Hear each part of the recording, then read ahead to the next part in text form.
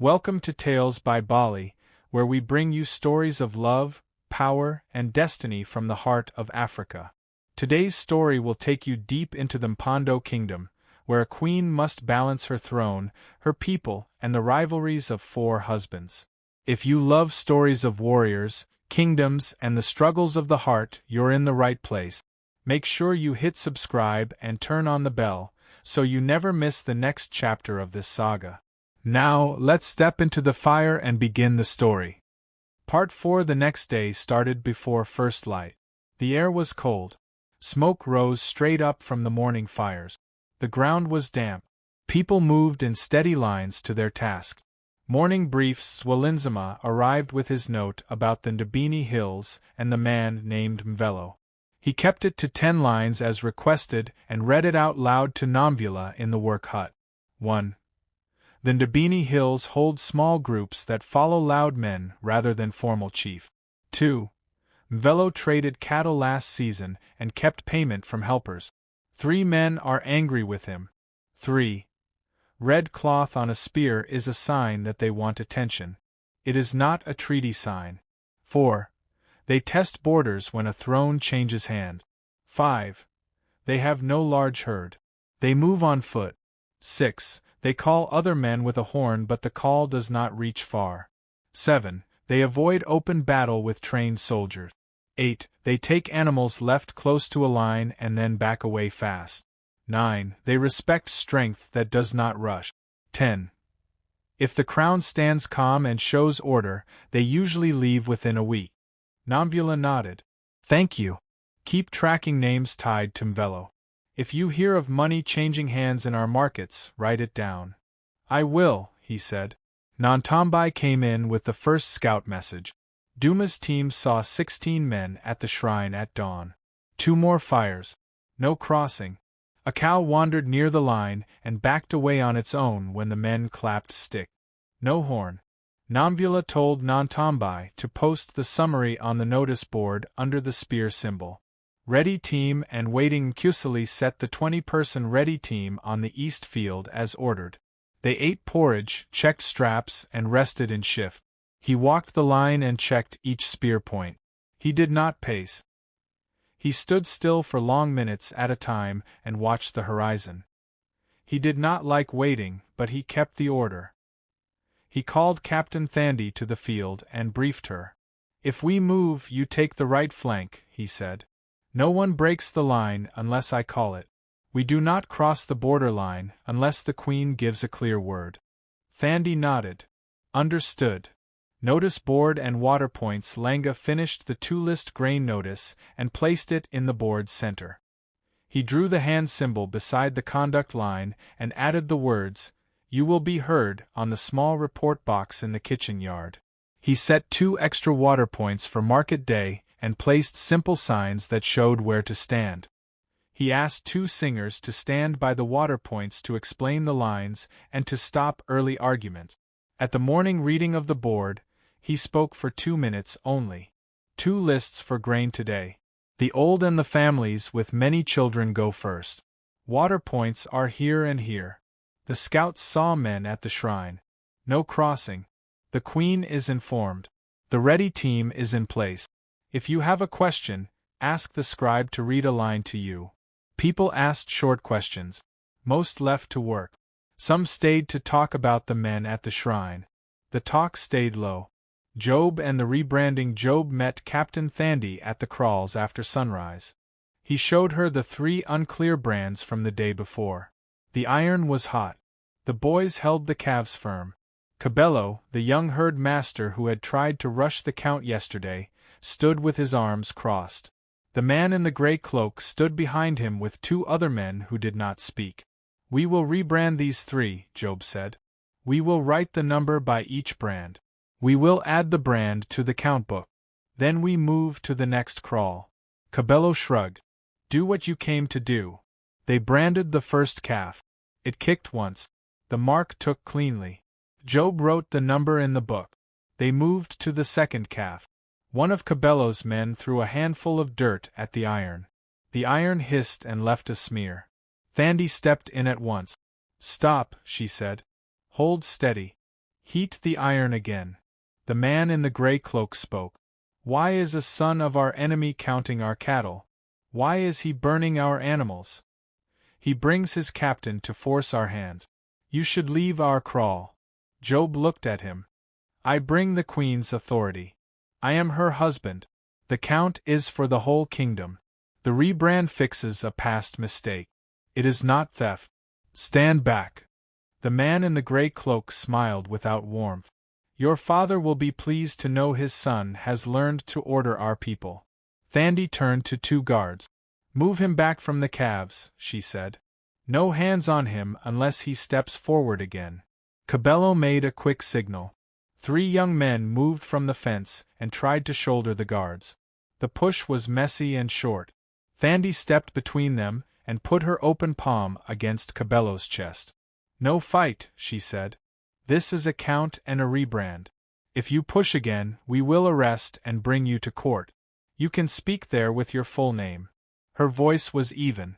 Cabello looked at the men behind him. He looked at the iron.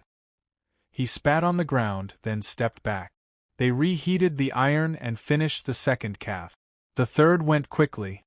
Job wrote the number for each calf and asked Cabello to mark the page with his sign.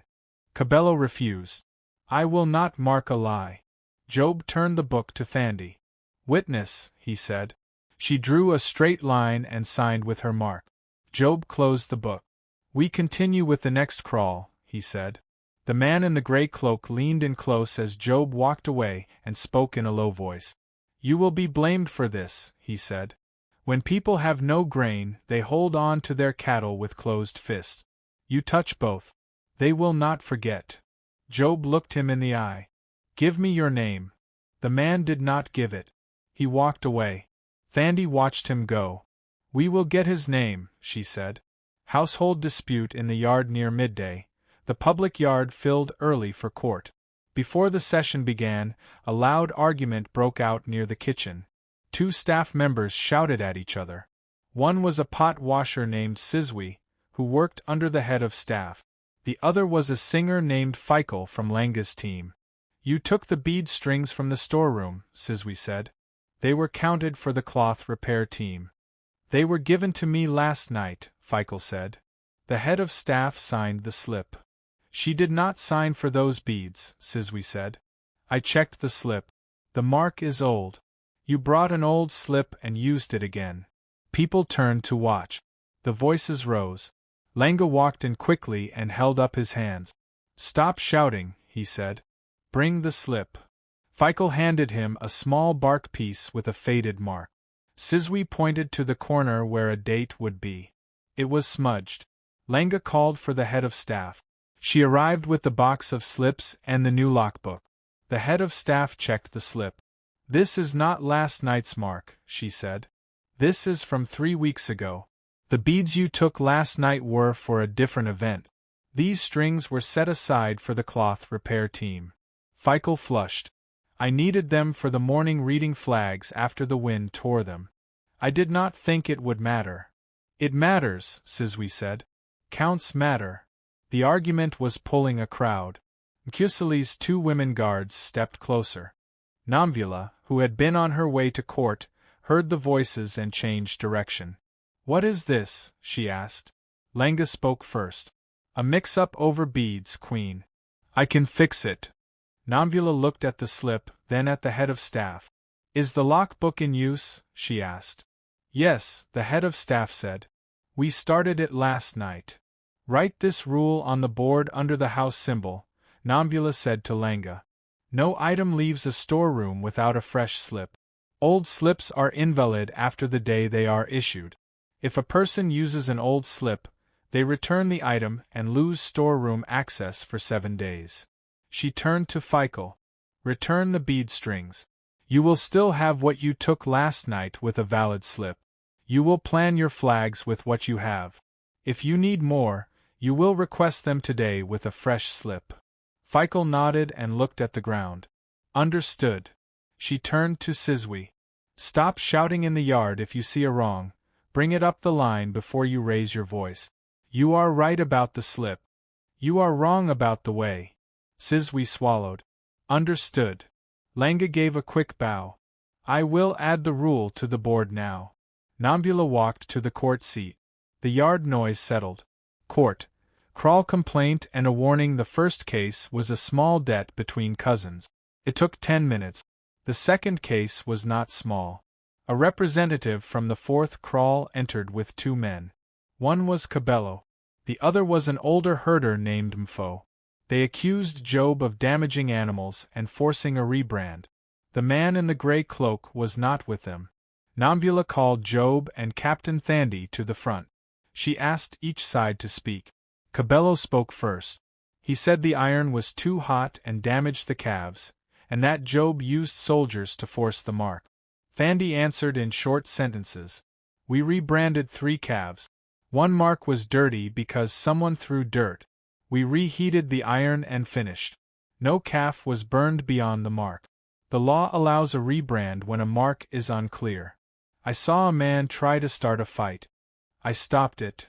Nomvula asked for the count book. Job opened it to the page and showed the 3 numbers. Thandi's witness mark was clear.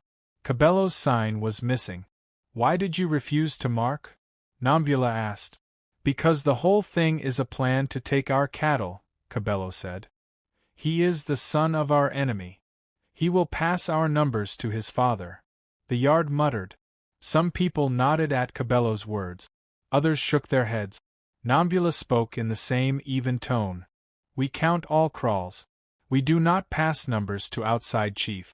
Job is my husband and acts under my order. If you accuse him of passing numbers, you must show proof. Do you have a letter or a witness of such a pass? Cabello looked away. Not yet. Then this is the ruling, Nomvula said. The rebrand stands. The count stands. Cabello refused to mark the page. For that, he will present himself at the kraal tomorrow at sunrise and mark the page in the presence of Captain Thandi and the scribe. If he refuses, he will be removed as herd master for 1 month, and the next man in line will take his duties. Cabello opened his mouth to argue. Mfo put a hand on his forearm and shook his head once. Cabello kept quiet. Nomvula turned to Job. Do not travel without a captain until this count is complete, she said. You will stay visible. You will write each stop with time and names. Bring the list each night. I will, he said. She turned back to the kraal men. If the man in the gray cloak speaks for you, bring his name. If he is your voice, let him stand here and speak in the open. The men looked at each other. No one gave a name. They left in a slow line. The shrine moves near mid-afternoon. A runner from Duma's team arrived at a full sprint. He fell to one knee in front of Nomvula's guard and lifted 2 fingers. Nantambai took him in at once.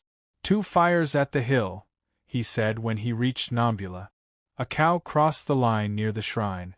Men with red cloth cut the rope and started to drive it. Cindy's team lit 2 fires. Duma sent me. Nomvula did not wait. Mkusali, she said to a guard, bring the ready team to the south gate. We move now. She took her spear and stepped into the yard. Langa heard the word, 2 fires, and started moving people out of the path to the gate. He told the singers to guide children home. Zwelinzima went to the shrine store to collect a small gourd and a cloth in case the line needed a clean mark. Job, who had just returned from the kraals, arrived at the gate with dust on his legs. He asked to come. Nomvula nodded. The ready team formed at the gate in 2 lines. Mkusali took the front with Captain Thandi on the right. They moved at a steady pace along the south path. The guards did not chant. They did not raise spears. They walked hard and quiet. The queen walked just behind the front line with Nantambai and 2 guards. Job walked on the left flank. A few villagers followed at a distance but stopped when the rear guard held up open hands. This was not a show. At the border line they reached the low hill above the shrine. Cindy waved them down and pointed. Below, the 12 men had grown to 18. The cow with a cut rope moved near them. 2 men tried to drive it. Others banged sticks. 3 men stood close to the old boundary mark with their feet just behind it. Velo stood in the center. He looked up at the hill and grinned. He gave a small wave with his stick. Nomvula did not wave back. She looked at the line. It was clear. Her side was clear. Their side was clear. The cow was right on the line and moving away from her side. It was not yet across. One of the men hit the cow on the flank with a stick. The cow stumbled and moved toward the men. "Front line down the hill to the mark," she said to Mkusili. "Stop at our side. Do not cross. Take the cow with a rope. Bring it up the hill. No one chases. No one swings a spear." Mkusili nodded once and moved. The front line jogged down, then slowed as they reached the line. They stopped with their toes a half step from it. Captain Thandi and 2 guards moved to the cow. They did not shout. They moved in a calm way, hands out, rope ready. The men in red cloth banged stick. One lifted a spear and twirled it. Thandi kept her head turned toward the cow. She spoke to it in a steady tone. She tossed the rope over its neck. The cow jerked. She held the rope and stepped back. The 2 guards took the rope and pulled in sync. The cow moved forward in small steps. Velo walked up to the line and put his toes just behind it. He raised his chin at Mkusili. "We stand," he said. "You stand. The cow moves." Mkusili did not answer him. He watched Thandi and the rope. He watched the men near Mvelo. One had 2 stones in his hand. Another had a short knife. None had shields. The cow moved fully to the queen's side. Thandi and the guards turned it up the hill. The front line stepped back at the same time. No one crossed. No one swung a spear. The red cloth men shouted. One threw a stone that hit the ground at Captain Thandi's feet. She did not break stride. From the hill, Job watched the faces below.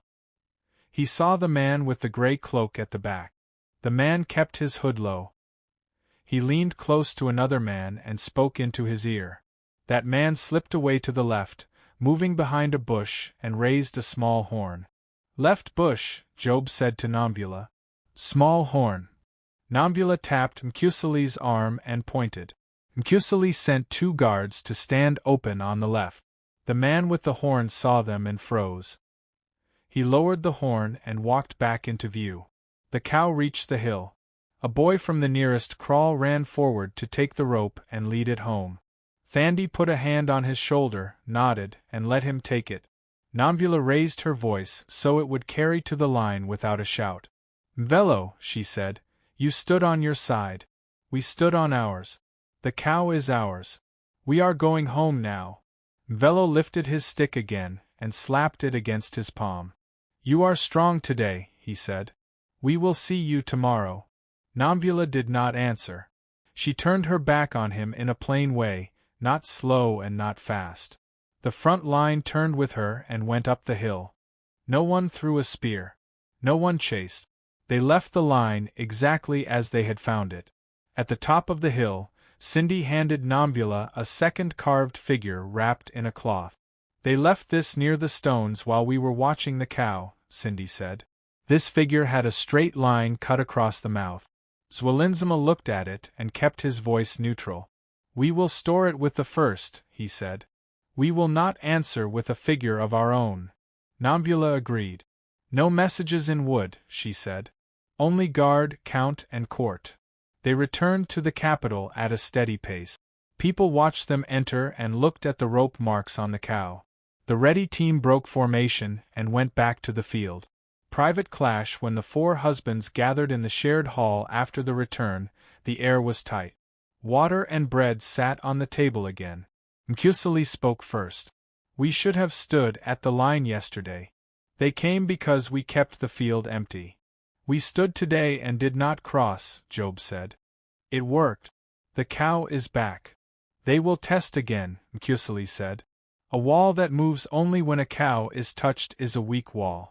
Langa stepped in. People saw order. They saw the queen walking with the guard. They saw a plan. That is not weakness. Mkusili turned his head. "You speak of how things look. I speak of whether men can grab a cow and walk it away." Zwelinzima kept his hands folded. "They did not walk it away. They failed. They now know we will stand at the mark and not rush." Mkusili looked at Job. Your father's scouts warned us last night.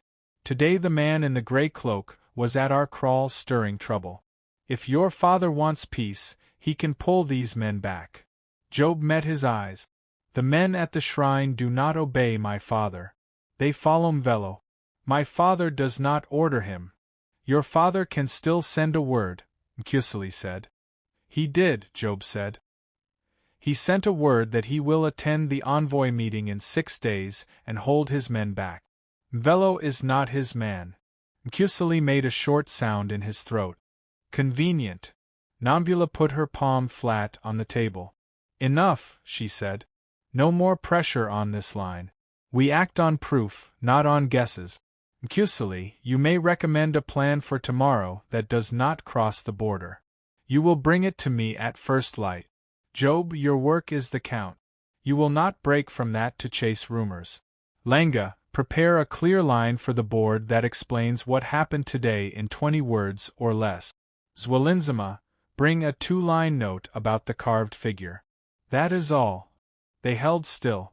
Then each one nodded. Short report on cloth and small theft. Princess Amelie entered with her list from the cloth store.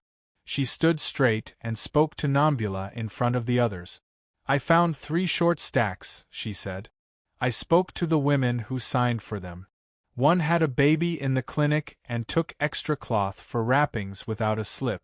One sold some cloth in the market and used an old slip to cover it. One made a mistake in counting and mixed 2 stacks. Nomvula asked for the names. Amelie gave them. She also handed over the note. This is the ruling, Nomvula said.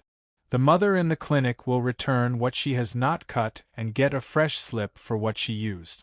The seller will return value in coin or work for 10 days for the store and lose storeroom access for 30 days. The one who mixed stacks will recount every stack for the next 3 days and record the numbers without error. Add these results to the board under the house symbol. We are not shaming anyone. We are showing that the rule holds. Amelie nodded. Understood. She left the hall with the same steady step. Evening board and crowd in the late light, Langa posted the summary of the shrine event in simple words. A cow moved near the line. The ready team stood at our side. Captain Thandi and 2 guards took the cow back without crossing. No one was hurt. The Queen was present. Scouts will watch again at sunrise. He posted Zwelinzima's 2 lines about the carved figure. A figure was left at the stones. It is stored. We do not answer with signs. We answer with order. People read the lines in small group. One man said the Queen should have crossed and hit someone. Another said it was good to get the cow without a fight. A woman said she wanted the grain line posted on the board in the morning before the sun rose because old people came early. Langa wrote down the request and said he would try to move the timing by 1 hour. Nomvula stood near the gate and watched the faces. He spoke with Captain Thandi about the left flank and the horn. He told her to choose 2 more runners with good legs. Job stood at the edge of the yard and read the kraal names he would visit the next day. He planned the path so he would not cross any large gatherings. He asked Thandi for 1 more guard for the return walk after sunset. Zwelinzima spoke with 2 shrine keepers about the men who followed Nomvula. He wrote their names on a small scrap and tucked it into his belt. Night messages after dark. A messenger arrived from Job's father. He brought a short reply to the Queen's letter. He said he would send an envoy to the border shrine in 6 days at midday. He confirmed the 10 guards limit. He said he did not order the men at the shrine and did not plan to approach them. He also said he heard rumors that someone in the capital was paying for trouble near the kraals. He asked that the Queen watch for that and share names at the meeting if she found them. Nomvula read the letter twice and set it aside. We will watch, she said. We will share names if we have proof. Nantambai brought 1 more report. The boy who had taken the cow up the hill said a stranger had asked him questions near the river after sunset. The stranger wanted to know which guard had pulled the rope, which guard had the strongest arm, and which way the ready team returned to the gate. The boy did not answer. He ran home. Post one extra guard on the south path for 2 nights, Nomvula said. No one follows our people home. A cut rope and a line in the dust. Just before midnight, a guard at the south fence heard a soft scrape. He signaled to his partner and looked over the top of the fence. A rope had been stretched across the path at ankle height. He cut the rope and held it up to the moon. It was thin and new. He called the captain. The captain sent a runner to Nomvula. Nomvula arrived with Mkusili and Langa. They looked at the rope. They looked at the dust. A line had been drawn across the path. It was not the border line. It was 10 steps inside the fence line, close to the houses of 2 staff members who walked home late after the kitchen shift. This is a trap for a fall, Mkusili said. It is meant to make people stumble in the dark. Nomvula spoke in a flat tone. Post a lamp at the bend. Post 2 more guards here for 3 nights. Write a short line for the board in the morning. Do not walk alone after dark this week. Use the east path after sunset. Guards are posted on the south path. She looked down at the dust line a long moment. Do not erase it, she said. Let people see it in the morning. Then sweep it at midday. Langa nodded. I will handle the board line and the lamp. They left the rope on the ground for the scribe to draw and record. The captain tied knots in it so it could not be reused, and took it to the work hut. Nomvula returned to her hut and sat on the floor by the small box. She wrote 1 more private line and placed it inside. If someone tries to pull us into small fights at night, we will not chase shadows. We will light more lamps. We will keep watch. We will hold court in the day. She closed the lid and lay down. Her eyes stayed open for a while. The south wind moved through the grass outside. The guards spoke to each other in low voices. No one slept deeply. Part 5. The night ended heavy. When the sun rose, the rope with its knots lay on the scribe's table, the line in the dust had been drawn on bark, and the guards were still tense at the south path. Morning orders. Nomvula stood in the work hut with all 4 husbands. She spoke in her plain voice. Someone stretched a rope across the south path last night and cut a line in the dust inside our fence. No one was hurt. A lamp is posted. Guards are doubled. The line stays until midday, then it is swept. The message is clear. People want us to fight shadows. We will not. We will act only on open moves. Today we stay with tasks. She pointed at each man in turn. Mkusili, keep the ready team in the east field. Add 1 more water break. Rotate runners every 2 hours. Scouts will signal again at sunrise. Zwelinzima, gather shrine keepers. Ask if anyone has ties to Mvelo's group. Write names. Keep it in 1 page. Langa, write the rope note for the board. Add a line. Use the east path after dark. Post it by sunrise. Job, continue the cattle count with Captain Thandi. Keep the book in sight. Refuse all gift. Write every crawl name at the top of the page. They all nodded. Nomvula looked at each one again. No one hunts shadows. No one argues in the yard. You do your task. If something breaks the line, you bring it to me. The board and the lamp by first light, the rope warning was posted. The board line said, do not walk alone after dark this week. Use the east path. Guards are posted on the south path. A rope trap was found. It was cut. The line in the dust was swept at midday. A lamp burned by the south path bend. People walked by slowly to see the line. Some bent down and touched the dust. Some shook their heads. Langa kept his voice even. The Queen says we do not chase shadows. We will light lamps. We will guard. We will walk in order. A woman asked, what if the shadows return? They will face lamps and guards, Langa said. That is enough. Scouts at sunrise. Cindy's team returned with the first light. They saw 20 men at the shrine. More red cloth. More stick banging. No horn. No crossing. The carved figures had not changed. They are louder, Cindy said. They shout our queen's name when they bang their sticks. They do not cross. Nomvula nodded. Post it on the board under the spear mark. 20 men at shrine. No crossing.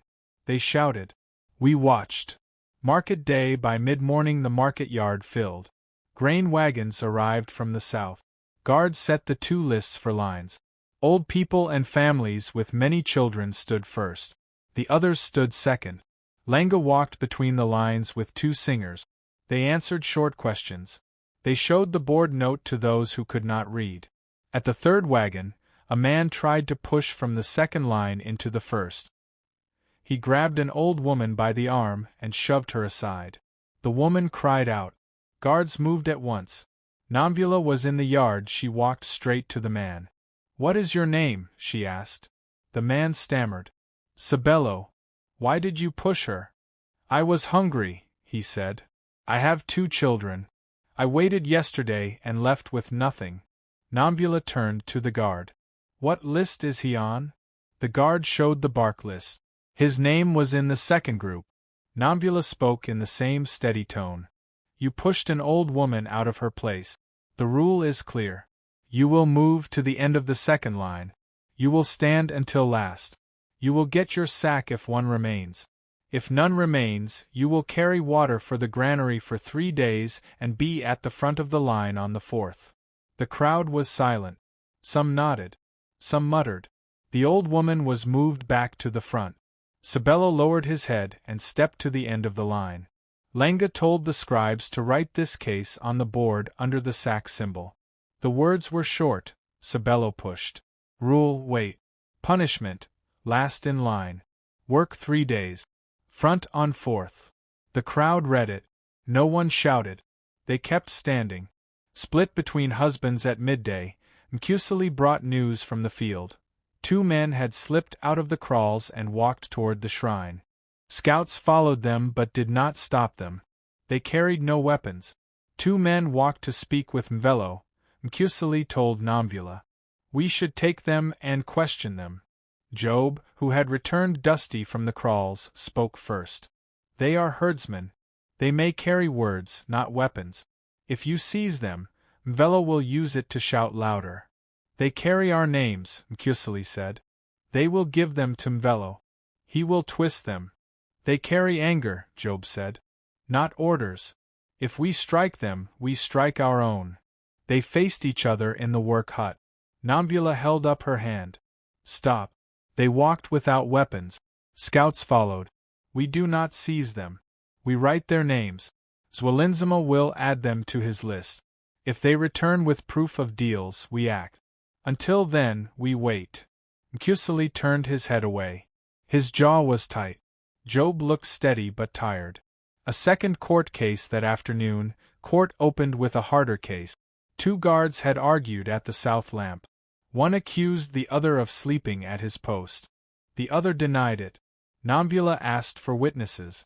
2 traders said they saw the guard nodding. A woman said she saw him standing still but awake. The 2 guards argued in front of her. Nomvula raised her voice 1 step. "Enough. This is the ruling. Both guards will stand at the lamp together for 3 nights. If one sleeps, the other will shake him. If both sleep, both will face removal. If both stand, both will be cleared. No more words." The guards bowed their heads. Nomvula looked at the yard. "This lamp is for all. If you see a guard asleep, speak at once. If you lie about it, you will face the court." The yard was quiet. The evening turned near sunset. A runner came from the hill. He panted hard. "Mvelo's men carried the carved figures to the line," he said. "They set them in a row.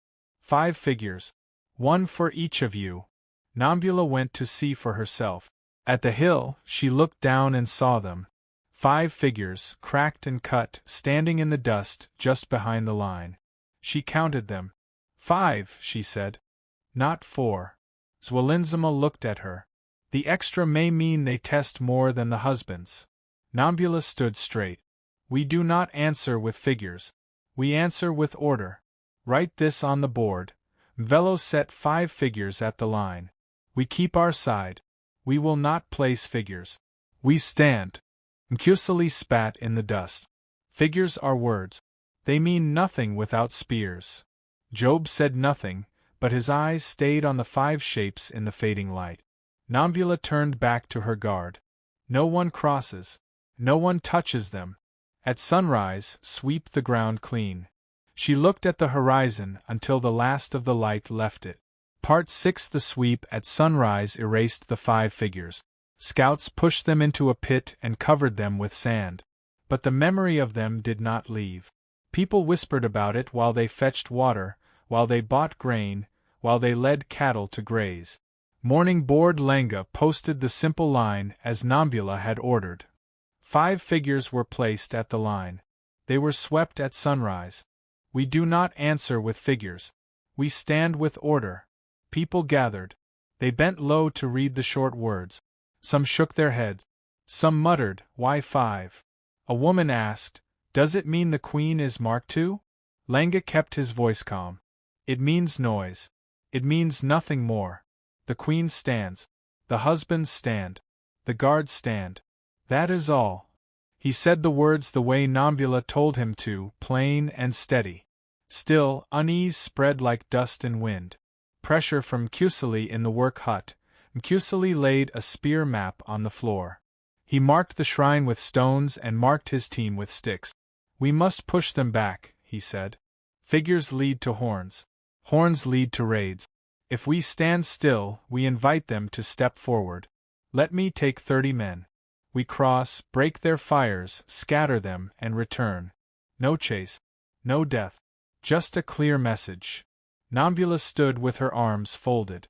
"And if one spear cuts flesh?" Kusili's jaw tightened. "Then we say they crossed first. No one will argue." "Lies break thrones," Nomvula said.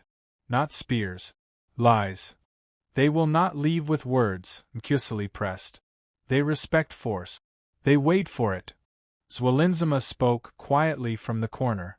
"The law says we do not cross a line unless they cross first. If you break it, Queen, you will be judged by the same law you held yesterday." Kusili looked at him sharply. "Law is not the same as war." "Today it is," Nomvula said. "We wait. If they cross, we act. Until then, no crossing." Kusili's face stayed hard. He bowed his head but not his heart. Job's burden Job came in dusty from the crawls. He handed over his bark book with 2 more pages filled. Each crawl's name. Each calf. Each brand. He looked worn. "They call me a spy," he said plainly. "Every crawl I step into, they whisper. They test me with offers of beer, with promises, with insult. Some herd masters let me count. Some try to block me. The man in the gray cloak follows. He never gives his name." "Did he speak to you?" Nomvula asked. "Yes," Job said. "He said the figures were not meant for the husbands. He said the 5th was for me. He said I would be the first to fall." The room went still. Nomvula asked, "Did anyone else hear him?" "No," Job said. He spoke low. But his eyes were not just on me. He wanted me to carry the words back. Nomvula wrote on her slate. "Gray cloak speaks of 5th figure for Job." She closed the slate. "You will continue the count with guards. Bring names. Write every word you hear. We act on proof, not shadows." Amelie's friction that same morning, Princess Amelie brought her cloth report. She had cleared 2 of the short stacks. The mother with the baby had returned cut pieces and received a new slip. The trader had begun work repairing mats in the store. But Amelie's voice was not as steady as before. "People in the cloth yard say Lenga speaks more to the crowds than to the Queen. They say he is liked too much. They say it is dangerous for you." Nomvula looked at her sister carefully. "What do you think?" Amelie hesitated. "I think Lenga is handsome. I think people trust his smile. They may follow it more than the board." "You are not wrong," Nomvula said. "But I will use his voice, not fear it. Do not let gossip pull you. Do your work." Amelie pressed her lips together. "I am doing it," she said. But her eyes lingered too long when Lenga's name was spoken. The festival gathering the next day brought a small festival, not a planned one, but one people made themselves. The rains had been late, and the sky had given a short shower at dawn. The fields smelled damp. People sang in the market yard to give thanks. Drums began. Dancers formed a circle. Nomvula allowed it. Let them sing, she said. They need it. Lenga saw the chance. He told the singers to keep the circle wide. He told the scribes to bring the board near the dance ground. He stepped into the circle when the drum paused. The queen holds court, he said. The queen lights lamps. The queen posts names. The queen stands at the line. This is not the work of one, it is the work of all. The crowd cheered. He smiled and turned toward the board. If you want to know truth, read this. If you want to see lies, listen to those who whisper behind fences. The queen's word is here. Nothing more. People clapped. Some shouted his name. But then, from the back, a man with a cracked lip shouted louder. Lenga smiles because he is the queen's favorite. He says her words, but he wants her throne. Why should we trust his board when he sleeps in her bed? The drums stopped. The yard froze. All eyes went to Lenga. Lenga's smile faded. His jaw worked. He could deny or he could fight. He lifted his hand. I am her husband. Not her master. Not her heir. Not her rival. My work is the board. My work is the voice. If you think I sleep in her bed more than the others, you are wrong. She sets the nights. She writes the schedule. She rules. I serve. The crowd murmured. Some nodded. Some still whispered. Nomvula stepped into the circle. She did not wait. The schedule is written, she said. It is posted. It is even. No husband sets it. I set it. If anyone says otherwise, bring proof or hold your tongue. The cracked-lipped man lowered his head. He backed out of the yard. The drums started again. The dance resumed. But the air had changed. The whisper had been spoken aloud, and even though it was stamped down, it lingered. Mkusili's boil later. Mkusili cornered Nomvula in the practice field. His voice was low but hard. You let a man insult your board and your husband in front of the people. You let him walk away. He walked away with his head down, Nomvula said. He should have been whipped, Mkusili said. Whipping a man for a word makes more words, Nomvula said. Not if the whip is loud enough, he said. Nomvula faced him. I am queen. I choose when the whip falls. Do not press me again. Mkusili looked at her for a long time. He did not bow. He only said, Then they will test you again. He walked away, his back stiff. Zwolinzima's warning that night. Zwolinzima came with his short staff and sat by the fire in her hut. You hold the line with calm, he said. But calm can turn to silence. Silence lets others speak for you. I spoke in the circle, Nomvula said. You spoke, he agreed. But one man spoke louder first. Next time, more will join him. Be careful. If you let others set the first word, you will always be answering. You must set the first word. Nomvula thought of the 5 figures. She thought of the cracked-lipped man. She thought of Mkusili's push. I will set the first word, she said. Zwolinzima nodded. Then do it soon. He rose and left. A new shadow near midnight. A guard at the east path found another rope. This one was not across the ground. It was tied high between 2 posts, with small bones strung along it. The bones rattled in the wind. The guard cut it down and brought it to the queen. The bones clacked together in the torchlight. Nomvula looked at them without blinking. Sweep the post. Burn the rope. Write this on the board at dawn. Bones were tied on a rope. They were cut. They were burned. We walk. She placed the bones in the small box with the carved figures. She wrote on her slate, They move from rope to bones. From dust to noise. We will not answer in kind. She closed the lid and sat with her spear across her knees until sleep took her. Part 7 Dawn after the bones the board carried the new line as Nomvula ordered. Bones were tied on a rope. They were cut and burned. We walk. People read it in silence. No one laughed. A child touched the hand symbol and asked her mother, Does it mean death? The mother shook her head and said nothing. The air in the capital was thick. The rope with bones had crossed from tricks to signs. Signs of death. Signs of curses. Rumors in the yard by mid-morning. Whispers moved through the market yard. Some said the bones came from the graves of cattle. Others said they were from human children. A group of women refused to fetch water from the east well, saying the rope had poisoned it. Langa tried to calm them. He called the singers to speak in the yard. The rope is gone. The well is clean. The board tells truth. Drink and work. Some listened. Some still refused. One old woman spat and said, "The queen should burn the men at the shrine. If she waits, we will all drink bones." The crowd muttered in agreement. Job and the herd Job returned with more cattle counts. His voice was hoarse. He handed Nomvula a bark book with 6 more kraals recorded. "They give me their numbers, but with anger," he said. "They think I write for my father. Today one man shoved me and spat. Thandi stood between us. No spear was raised. But the anger is hot." Nomvula asked, "Did you write his name?" "Yes," Job said. He tapped the page. "It is here." "Good," Nomvula said. "Names are stronger than whispers." Mkusali's break that same morning, Mkusali called the ready team to drill in the open yard, not the field. He slammed his spear into the dirt again and again. He shouted commands louder than usual. Crowds gathered to watch. Children clapped, but his voice was sharp. He shouted about enemies at the gate. He shouted about men who tied bones. He shouted that soldiers needed freedom to strike. Nomvula heard him from her hut.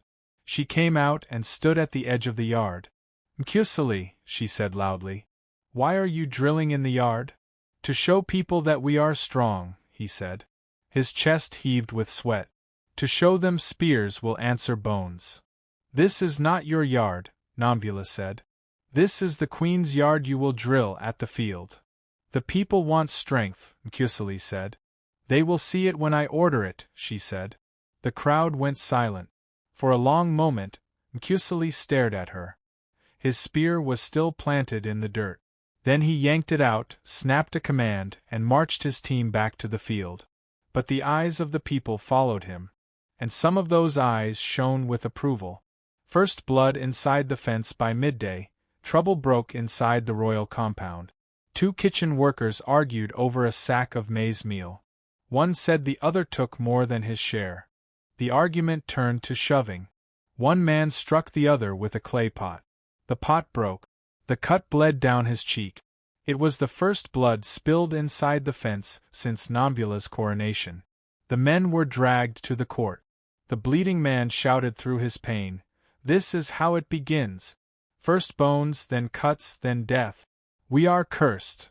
The crowd in the courtyard buzzed. The word curse spread fast. Nomvula stood and raised her hand. Her voice was steady. "There is no curse. There is a broken pot and a man who struck another. The rule is clear. No man strikes in the kitchen. No man takes more than his share.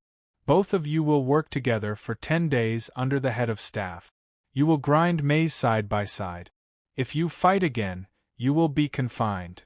She called for the healer. The bleeding man's cut was washed and bound. The crowd calmed, but the word curse still hung in the air. Zwelinzama's council that night, Zwelinzama came with his staff and sat by her fire. "The people are afraid," he said. "Fear makes them see signs in rope, bones, pots, and blood. If you do not cut fear, it will grow." "How do I cut it?" Nomvula asked. "You must give them a public act," he said. "Not only words on a board.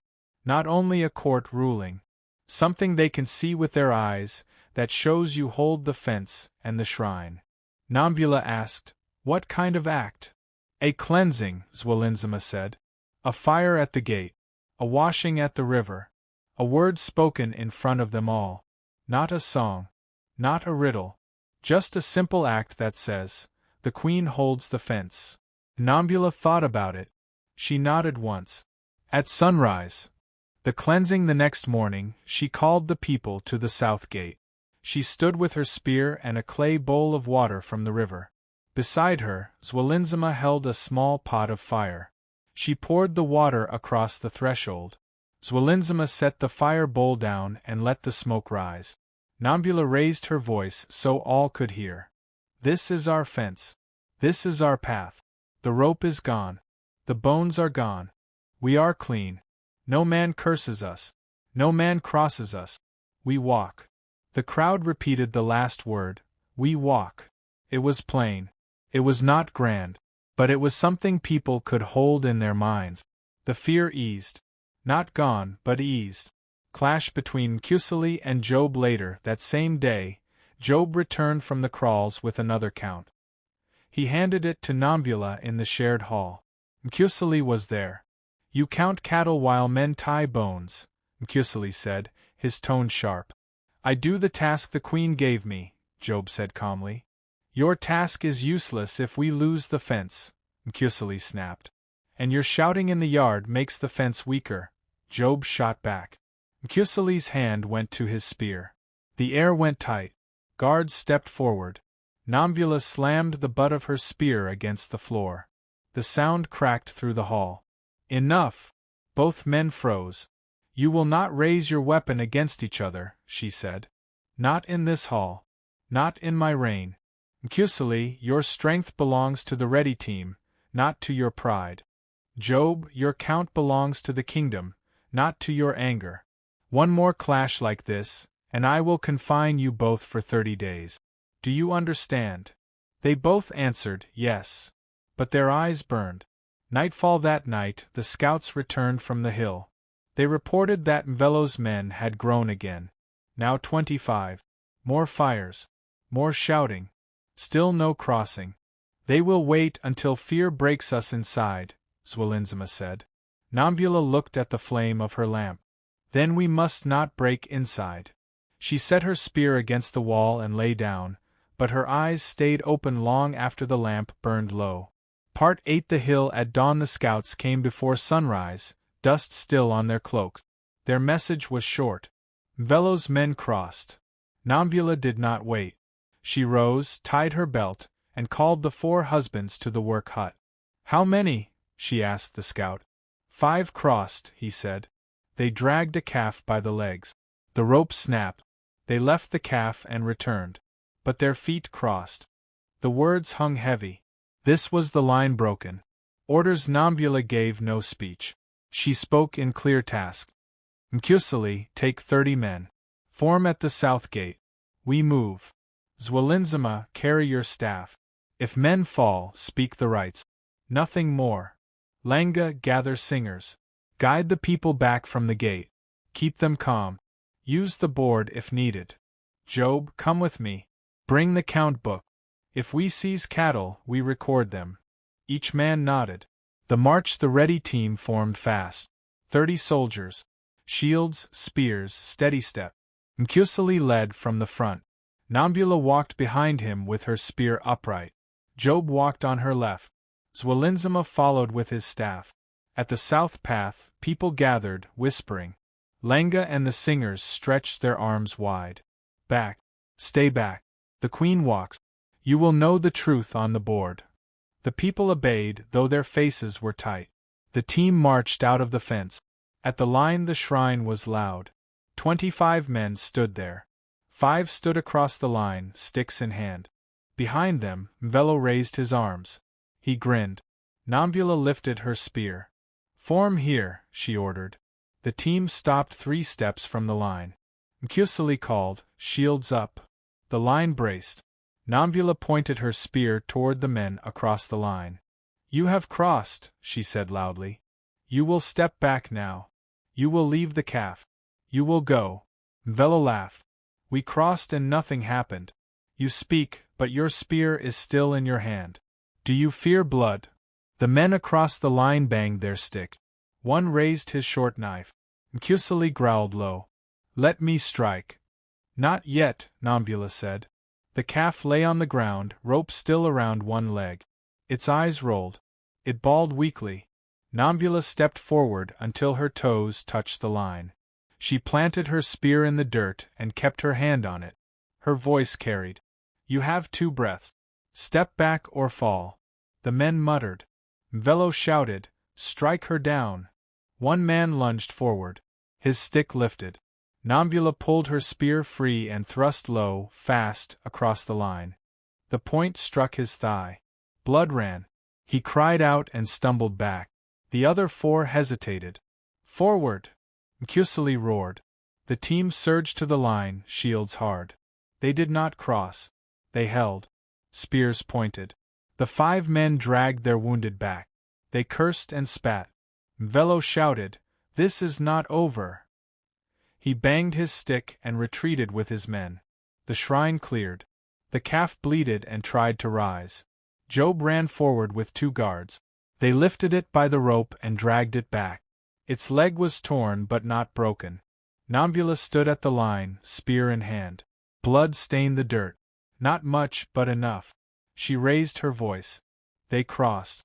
They fell. We stood. We did not chase. We held. This is the fence. The team raised their shields once in unison. Then they turned and marched back. Returned to the capital. When the team entered the south gate, the people pressed close. They saw the calf. They saw the blood on the spear tip. They saw the queen walk upright, not shaking. Lenga's voice rang out. The queen stood. The guard stood. The line held. The calf returned. This is order.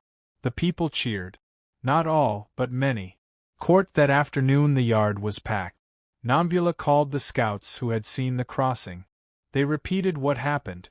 She held the calf's rope in her hand and showed its torn leg. She showed her spear, the blood still on it. They crossed, she said. I struck. We held. This is law. No one shouted for more. No one dared. The word spread. The queen has drawn blood. Mkusili's satisfaction that night, in the shared hall, Mkusili spoke with heat still in his voice. This is what I said. They respect only spears. Now they will think twice. Nomvula answered, We struck only when they crossed. That is the rule. Mkusili did not argue. But his eyes shone. Job's burden deepens. Job sat apart, quiet. He opened his bark book and wrote a single line under the crawl names. 1 calf seized at shrine. Torn leg. Returned to crawl. He looked at the ink until it dried. He said nothing. Zwelinzama's warning later. Zwelinzama spoke in private. Today you showed strength. But blood calls more blood. Mvelo will not stop. He will gather more. And inside, men will say, if the queen can strike at the shrine, she can strike here too. Be careful. Nomvula nodded. I will be careful. But today we stand. Amelie's stirring that evening. Princess Amelie sat with Lenga near the cloth yard. She spoke softly. When you smiled in the yard, the people clapped. When you spoke at the board, they listened. You could calm them more than my sister can. Lenga shook his head. She is queen. I am husband. Amelie's eyes lingered on him. But if the people love you more, what then? Lenga stood quickly. Do not say that again. Ever. He walked away. Amelie watched him go, her face unreadable. Night at the box in her hut, Nomvula opened the small box. She placed a scrap of cloth soaked in the blood from her spear inside. She closed the lid. She wrote on her slate. First blood is drawn. Not much. But enough. She leaned her head against the wall. Outside, the guards whispered to each other about the calf. Children sang a short line. The queen struck, the calf came back. Nomvula did not smile. She did not sleep soon. The weight of the day sat heavy on her chest.